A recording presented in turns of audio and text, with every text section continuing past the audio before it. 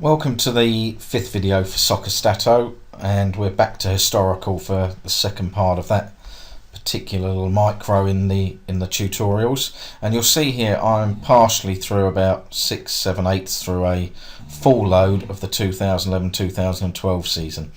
This is loading, as you can see, the odds traces, and that's the odds trace from Betfair of what happened in the market pre-event and in play. It takes a little bit longer to load, that's why I've let it join the video as it's pretty much done, because it takes 2 or 3 minutes to run through as you're getting that much more data off the server. So rather than me waffle while that was doing that, I've joined it halfway. But if you're doing it yourselves as we build up these odds traces and the historical seasons, it'll take you 2-3 minutes for a full load and about a minute for a statistics only. So this opens the window up for me as we had in video 4. I've got all the matches from August 2011 through to May 2012, and it's automatically got my scores in because I left that in my settings, the half time, full time. If I click any game, I've got the stats up on the left hand side, on the right hand side. So any game I click on the left, the stats appear on the right. And you'll see that on the score lines, you don't have to click the score lines in here to get the match information up. I can click any scoreline in SoccerStato. Any scoreline you click in the interface will bring you up that information. So just going through those matches, if I wanted to scroll down and have a look, you can see there a couple of missed penalties proved costly for Blackburn, with Arteta getting a goal in injury time. So you can just click those. Similarly, in the show hide report, which is the grid that we showed you the other day, in the full time, which will fill in as the season gets played out. So I can do that, and the scores are starting to populate the screen there. I can click any of these scores and it tells me what happened and when it happened in that game. So you've got 3 ways of accessing that, which is quite a nice little feature. What I want to look at today, though, we'll just get rid of the grid for the moment, is the markets and show you the historical information from Betfair. One of the key things that I sort of stress to people in using Betfair, you've got to know your market. You've got to know what the market's going to do or what it should do, so that you can spot discrepancies when they happen and see if there's any value. And they do happen occasionally. People sort of try and think it's a perfect market, but of course discrepancies happen, and people get it wrong at times, and it is only people most of the time. And if you know what your market's doing, then you can be ahead of the field. If you've got no idea, that's when you get panicky decisions. A goal's gone in, what do I do, what don't I do? And that's when you're likely to make mistakes. So by using the historical odds trace, it's a feature I wanted to see in SoccerStato, because it helps you confirm what markets do in certain situations, and then when you're involved, you pretty much have a picture in your head of what's going to happen. So I click the markets tab, and you can see at the moment I must have stopped the cursor on Aston Villa v Wolves, and all the markets for that game are there. So if I click Tottenham Man City, all the markets that were open that day are there. Man City Wigan, all the markets, and it doesn't matter what game I pick down this side, it will load these markets up for me. So if I go to a game, let's have a look. Let's get one with a few goals in. We can pick the famous Man United v Man City 6-1. So I've got that there. And if I find the match odds market down the right hand side and double click it, you can see it brings me up a window, Betfair type interface, backing and laying. Slightly different to what you see on Betfair, because this is historical information. So we've got, if we look at Man United, we've got Man United were backed at a low price of 1.88, and this is the number of bets at that price. There were 3 bets on them at 1.88. They were backed at a high price of 2.34, and there were 34 bets on them at that price. The harmonic mean for Man United was 2.15.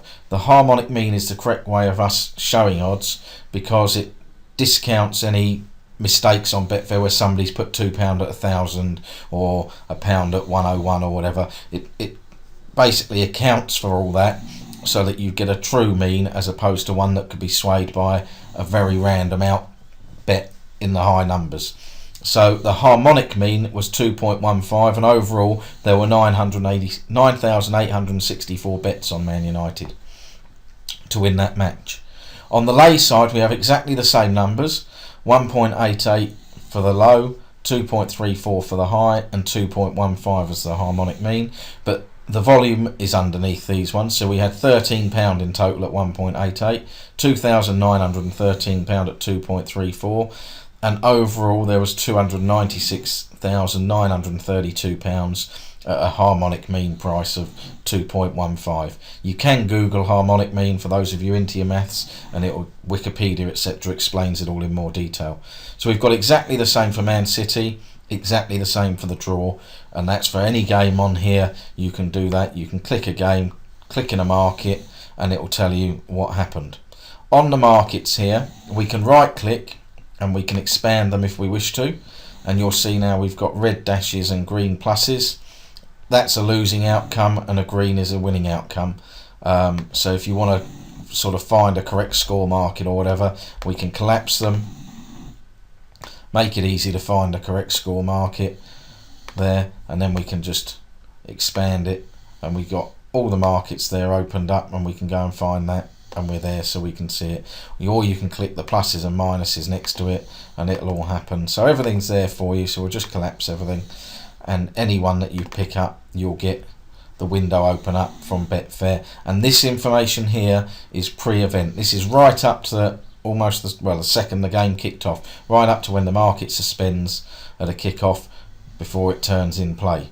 So you've got all the information there. You can see the volume, see the prices, everything that you need. So if you want to look at what prices teams are before, certain teams are before events, you can build up a historic data. If I go back to the match odds market and I expand it, and I'll just minimize that one, and I then open up my show hide report, you can see we've now got a summary box appear below the analysis screen. In this summary, it tells us when it was going to start and what the actual start time was. One thing that I will mention here, when we get to the odds traces, they are in UTC time.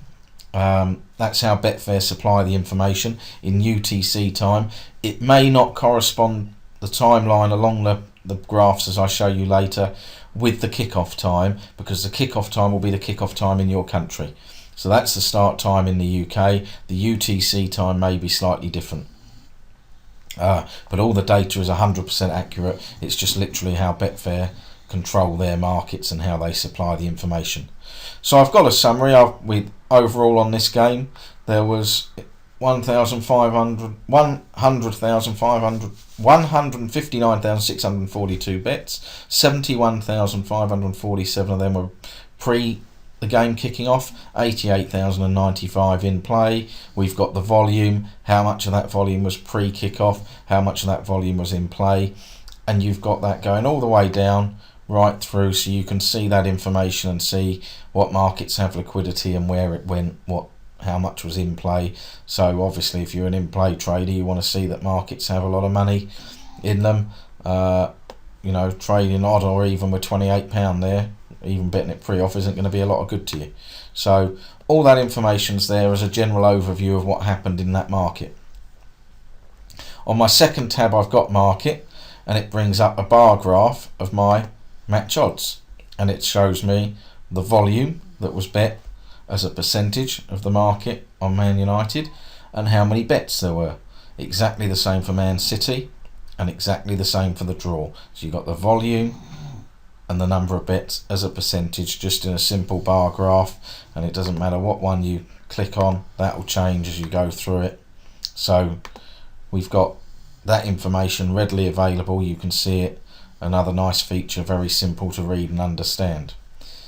Pre-event, now I need to select an actual market selection. So I've got nothing in here now, because whilst I've got the match odds open, I haven't selected anything. So I'm now going to select Man United, and it tells us that the market opened over here on the 15th to the 10th, and it went right up to the kickoff time. Again, remember this is UTC time, so it might vary from your kickoff time. And you can see that they opened at a low of 1.88.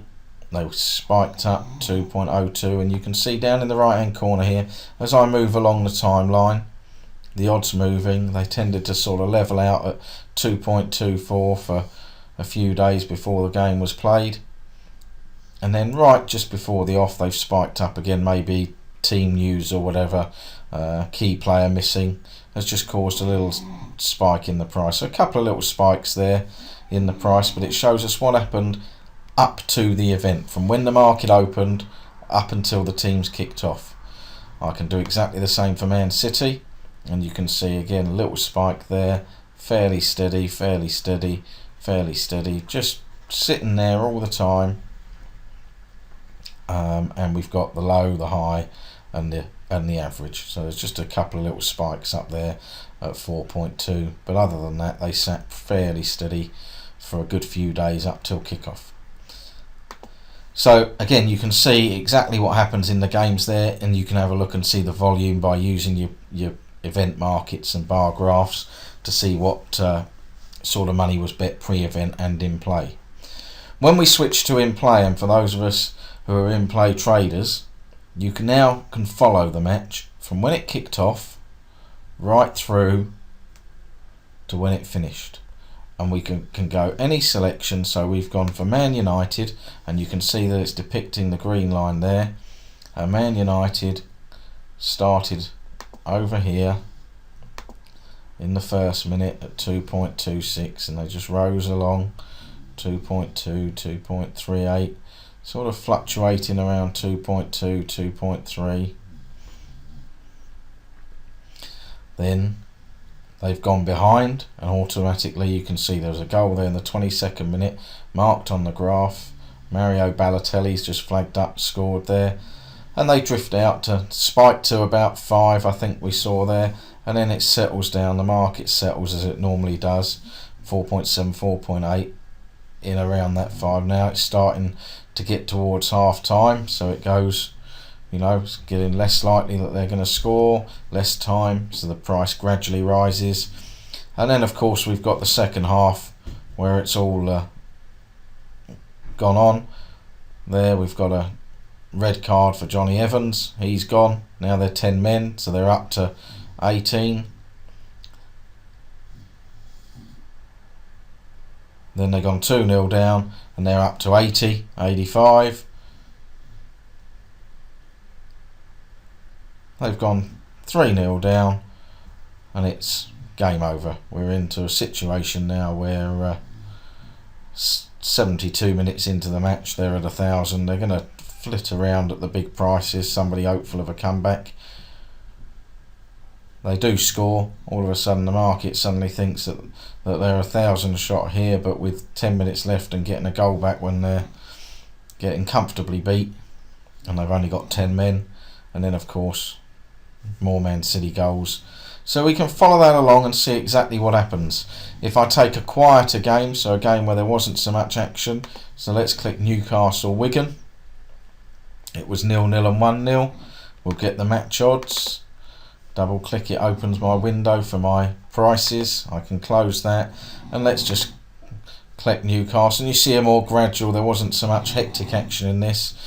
Newcastle have started off and they're just running along, slightly odds on, and as time decays and it runs out, they start to increase in price, but not massively, only from 1.6 to 1.9 in 40-50 minutes, typical football. Now obviously people are starting maybe to, there's less time, this is going to be a draw, and up it goes, up it goes, up it goes, and they're up to 3.6, 3.7, 3.8, and then they score.